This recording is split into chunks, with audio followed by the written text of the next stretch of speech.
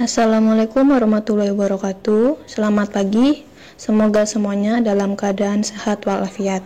Jadi untuk pertemuan kali ini kita akan membahas tentang ruang lingkup sejarah.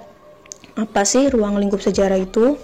Ruang lingkup sejarah itu terbagi menjadi 4. Yang pertama, sejarah sebagai peristiwa, sebagai kisah, ilmu, dan seni.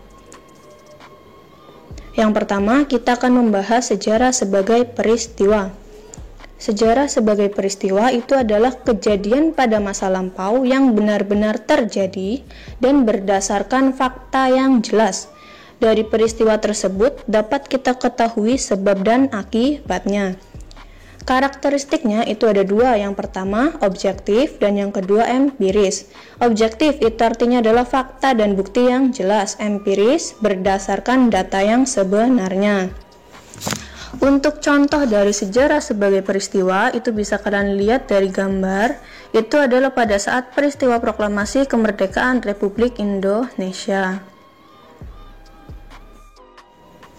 Sejarah sebagai kisah itu adalah sejarah yang direkonstruksi atau diceritakan kembali berdasarkan penafsiran seseorang dan masing-masing pendapat itu masih utuh, belum disimpulkan menjadi satu.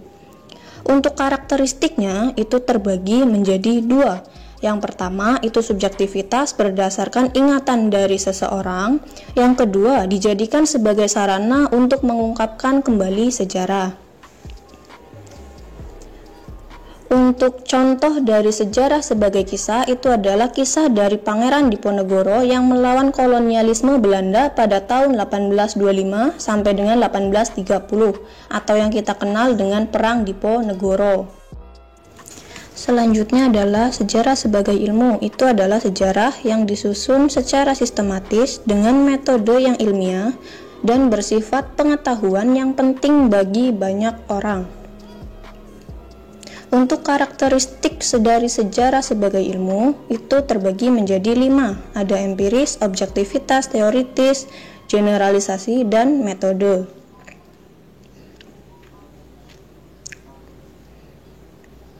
Untuk contoh sejarah sebagai ilmu adalah teori terbentuknya bumi dan alam semesta yang berdasarkan pendapat para ahli itu berasal dari suatu ledakan yang sangat besar atau yang biasa dikenal dengan teori Big Bang.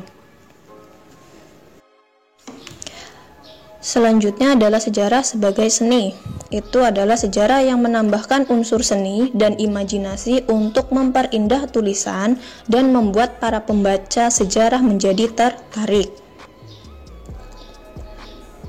Untuk karakteristik sejarah sebagai seni itu terbagi menjadi 4, itu ada intuisi, emosi, gaya bahasa, dan imajinasi.